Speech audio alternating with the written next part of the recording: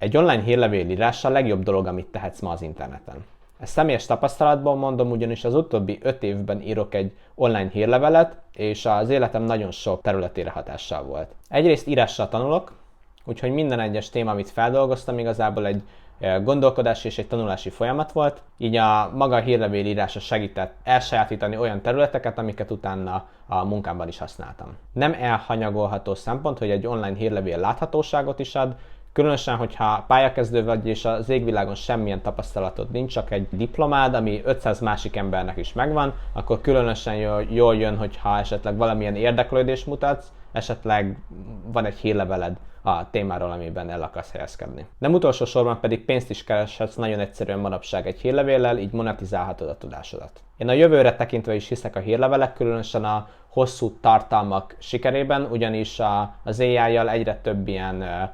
szemétjellegű tartalom ömleszti el az internetet, és egyre jobban fontossá válik az, hogy igazából tudja az olvasó, hogy te hogyan gondolkodsz, legyen egy meglévő kapcsolatod, és erre a hírlevél az egyik legalkalmasabb. De a mai videó egy ilyen képernyőmegosztós videó lesz, ugyanis az utóbbi 1 évben a Substack platformon keresztül írom az olvasólista leveleket, ebben a videóban pedig szeretném megmutatni a platformon keresztül, hogy mire képes igazából a Substack, én milyen eredményeket értem el, mi tetszik nekem a platformban, és a végén még arra is kitérünk, hogy mikor ne válaszd a platformot. De kezdjük is!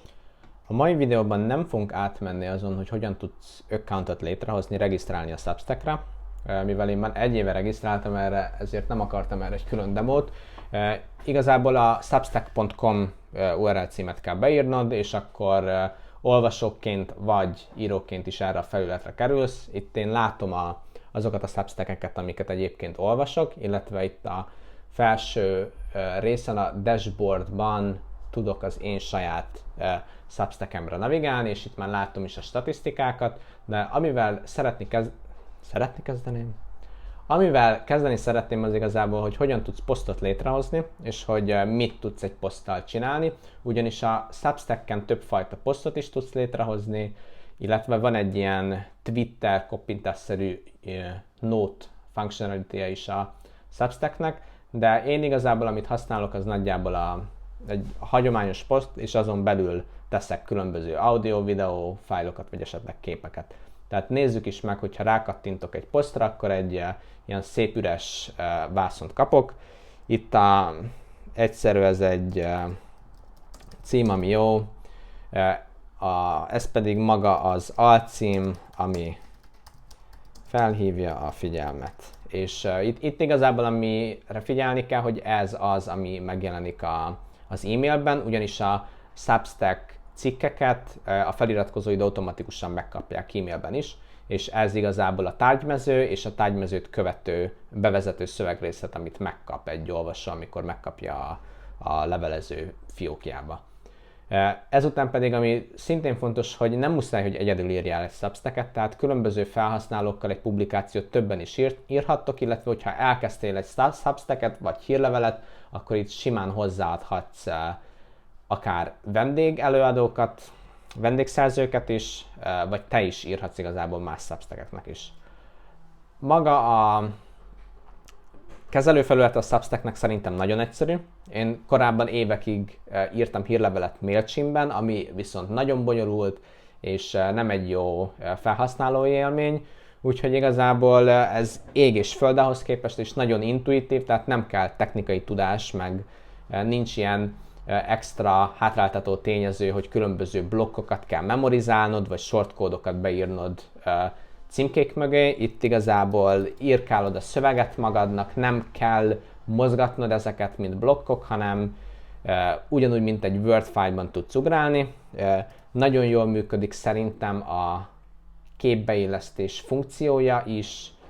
és innen, ha találok esetleg egy macskás képet, akkor gyönyörűen meg is jeleníti. Ami szintén jobb a Mailchimptől, mivel ott gyakran külső forrásból húzta be a képeket, vagy egyszerűen méretlimitáció miatt meg se jelenítette a képeket, viszont ezt a Substack mind megcsinálja a háttérben, és így neked nem kell ezzel gondolkodnod. Ami nagyon tetszik nekem egyébként még a Substackben, hogy tudsz autogenerált ilyen podcast-szerű hangot hozzáadni, illetve te is fel tudod venni akár egy hangjegyzetben is a hangodat, és egy ilyen podcast-szerű cikket is tudsz létrehozni. Korábban ezzel kísérleteztem, és tényleg jól működik, azt viszont nehéz mérni, hogy ezt a olvasók vagy a hallgatók mennyire szeretik. Néhányan csinálnak egyébként podcastet Substacken, mivel tudod hostolni az audiofájlt is. Én hírlevélre használom, hogy igazából erről nem nagyon tudok nyilatkozni, hogy ez mennyire működik.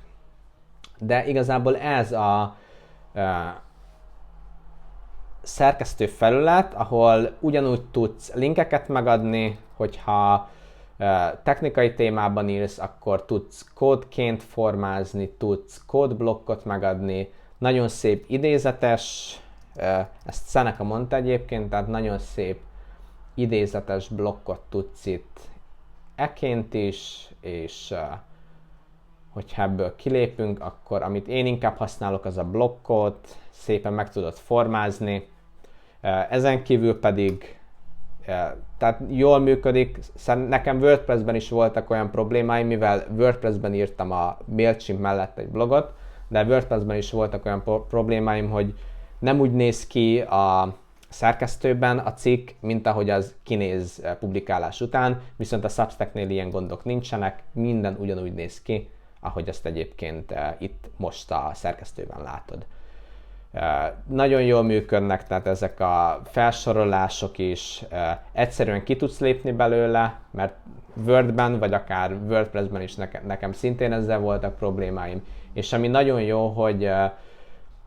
automatikusan már behúzza a leggyakrabban használt gombokat, tehát egy feliratkozás gombot hozzá tudsz adni, és ez a link minden esetben a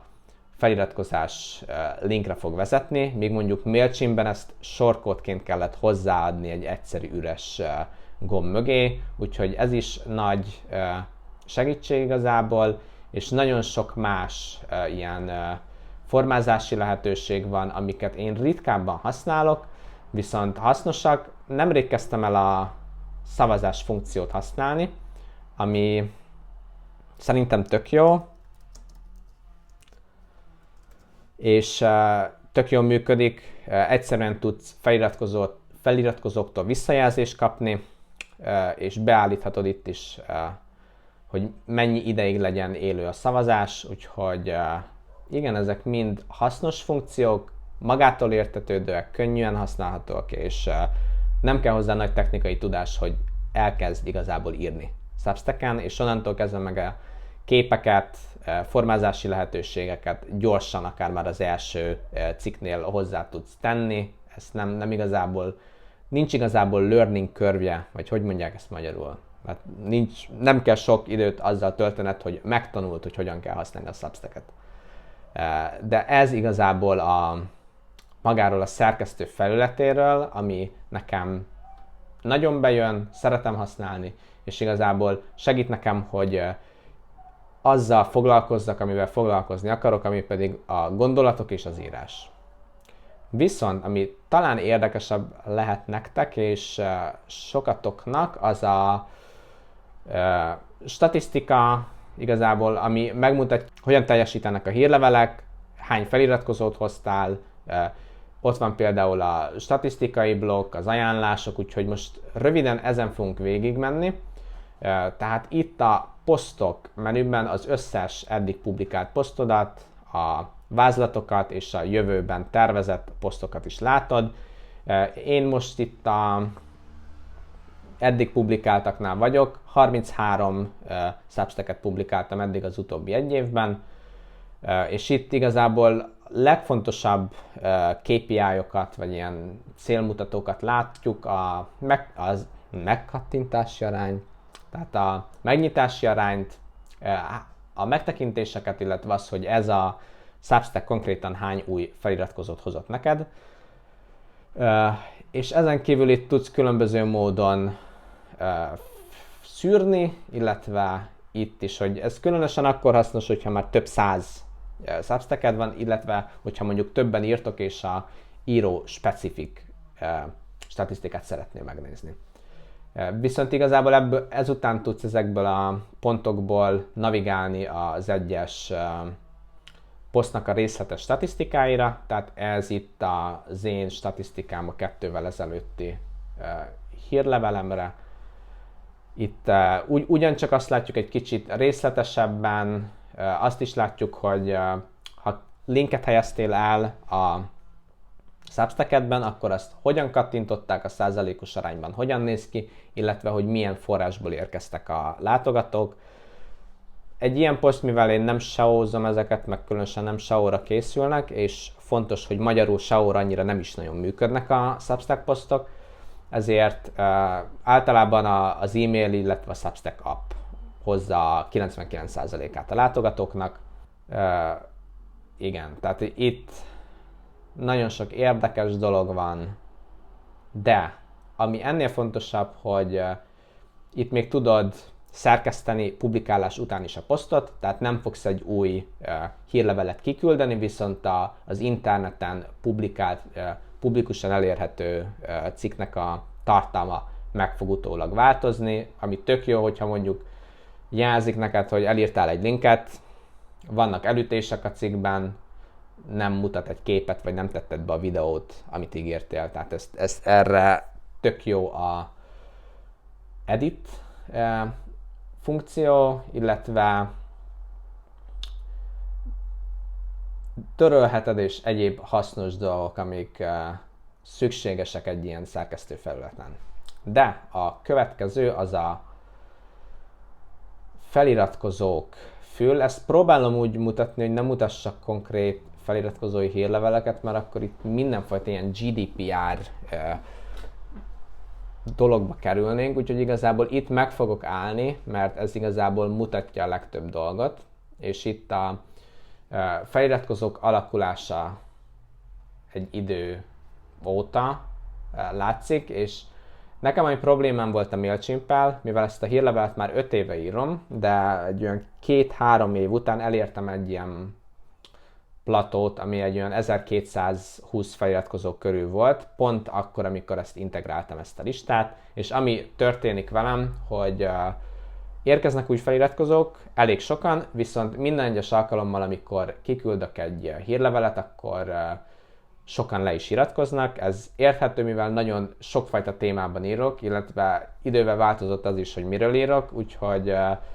sokan egyszerűen nem azt kapják, amit vártak, vagy nem abban a témában írok, ami miatt ők feliratkoztak, úgyhogy amit ez eredményezett, hogy nem növekedek egy ideje, mondjuk ez már vagy 3 éve történik, és amikor átköltöztem Substackre, akkor ez a hullámzás itt látható, minden egyes alkalommal, amikor kiküldtem egy hírlevelet, leiratkoztak, utána jöttek új feliratkozók, ez folytatódott, és itt igazából október környékén, amikor körülbelül már 20 Substacket publikáltam, akkor kezdtem el növekedni, itt igazából témát is váltottam meg, új formátumokat próbáltam ki, valamint nem tudom 100%-ban, hogy mi volt ennek a növekedés beindítójának a rugója, de nagyon örülök, hogy ezt a platót igazából sikerült átugrani. Egyébként itt nem érek el óriási nagy növekedést, tehát 1226-ról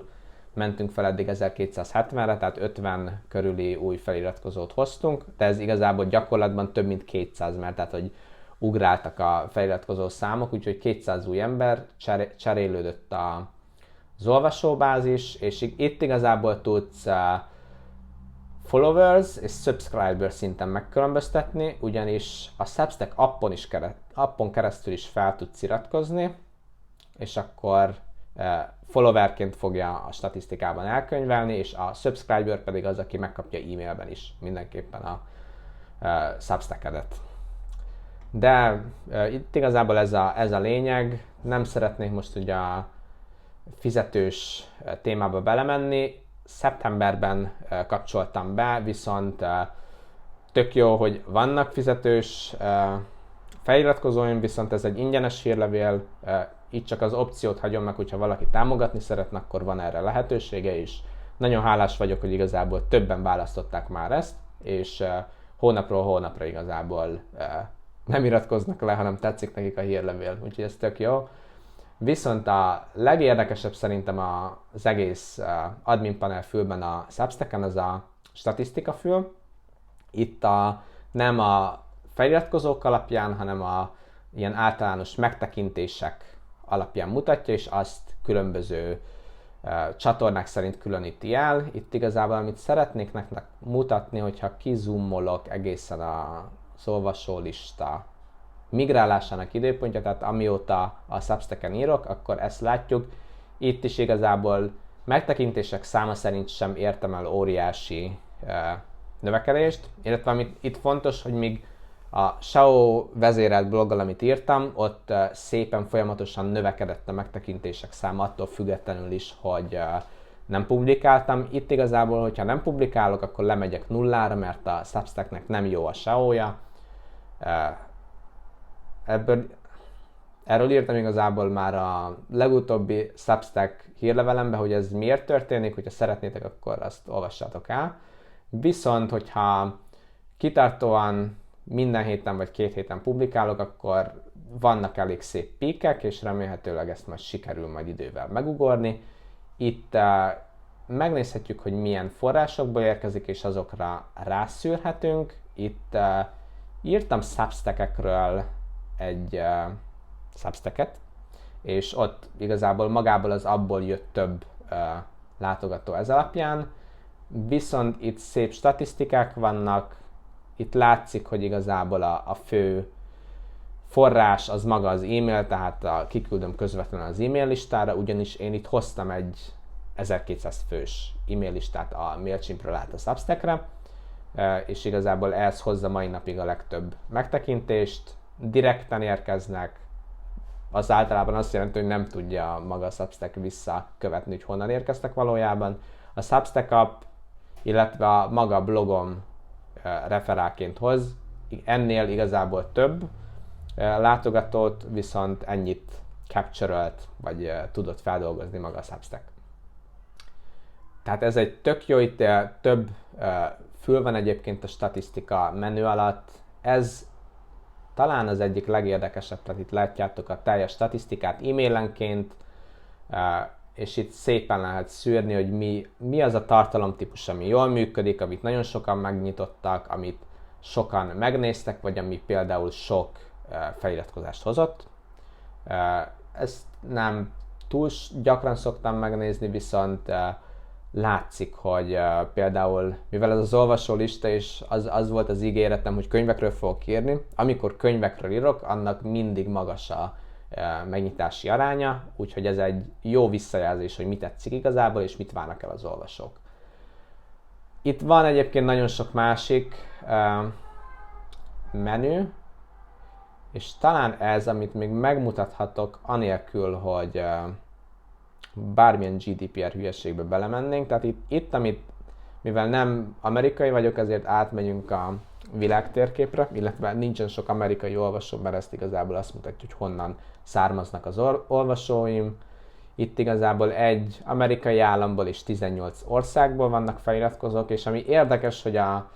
Magyarországról az olvasók 80%-a származik csak, és nagyon sokan vannak ugye Romániából, és több más országból is így csepegnek feliratkozók, illetve én is ugye Spanyolországból írom, mondjuk én nem vagyok feliratkozva, mert nem muszáj az írónak a saját Substackére feliratkozni. Ez igazából egy ilyen érdekesség, és az, hogy milyen sokoldalú emberek a feliratkozóig, azt tudod, illetve hogyha vannak más nagyobb méretű, vagy elég nagy Substackek, akkor a te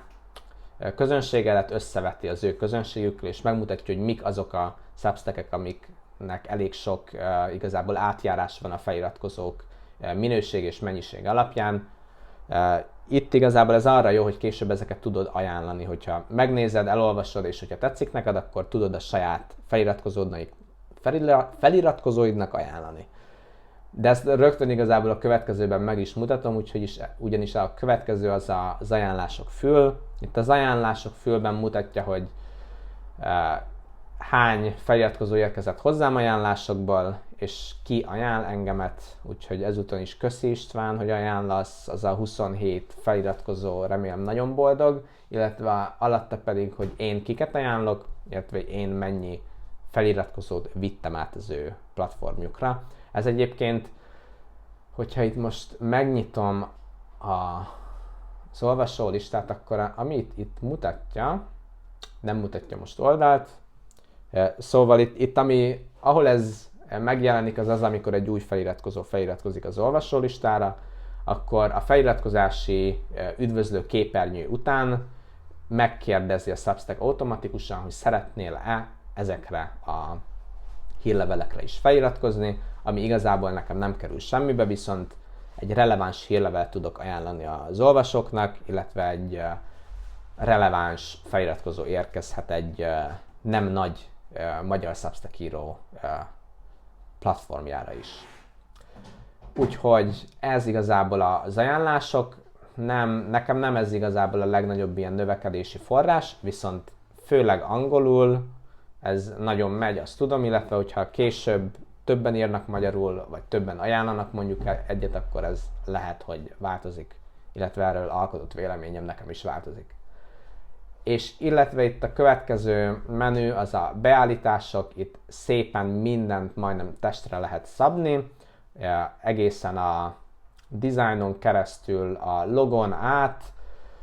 abba, hogy milyen kategóriába sorolod a saját Substackedet, nagyon sok mindent lehet testre szabni. Ami fontos és amit nem lehet testre szabni, az a nyelv, ugyanis hogyha ezeken a népszerű nyelveken kívül beszélsz mást, akkor azt nem tudod például a magyart sem kiválasztani. Ebből az adódik, hogy az oldalnak a HTML kódjába egy EN tag kerül, ami pedig azt mondja Google-nek, hogy ez egy angol nyelvű oldal, ezért a kereső találatok között mondjuk a cikkeid nem fognak olyan jól szerepelni, mert angolnak címkézi a Google, úgyhogy ez remélhetőleg ezt idővel javítják, de jelenleg itt tartunk. Viszont itt megadhatod igazából, hogy milyen feliratkozói csomagokat szeretnél elérhetővé tenni a feliratkozók számára. Ezen kívül welcome e-mailt állíthatsz be, azt szerkesztheted, nagyon sokfajta testreszabási lehetőség van, magát a menüt is testre szabhatod, ami az én egyébként nem nyúltam. És itt, ami még szintén hasznos lehet, hogy van egy iframe kód, amit be tudsz illeszteni más weboldalakba. Én például ezt a WordPress alapú blogomba illesztettem be, és hogyha ezt most megmutatom neked, akkor keresünk itt egy gyönyörű cikket a WordPress alapú blogomon, és itt oldalt látható ez a nagyon szép feliratkozási ablak, ami igazából ez az iframe, amit áthúztam a Substackból, és hogyha a WordPress blogomon valaki feliratkozik, akkor az Substack feliratkozó lesz. Ezen kívül meg lehet állítani a fizetős lehetőségét is igazából a Substacknek, valamint itt nagyon sok ilyen extra beállítás van, amihez én legtöbbször nem nyúltam, viszont lehet Google Search Console-t bekötni, Google Analytics-et, és nagyon sok olyan dolgot, ami marketing szempontból extra adatot szolgáltathat, illetve a chatet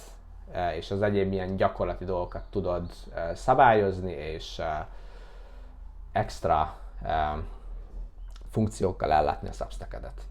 Viszont itt meg is állítjuk a képernyő megosztását, ugyanis ennyi volt a mai videó a Substackről. Remélem tetszett és sikerült ilyen kulissza mögötti adatokat és véleményeket megosztanom veled, és még jobban remélem, hogy meghoztam a kedvedet a Substack íráshoz. Hogyha tetszett a videó, akkor iratkozz fel, hogyha szeretnél Substacket írni, akkor pedig substack.com, és sok sikert! Ciao.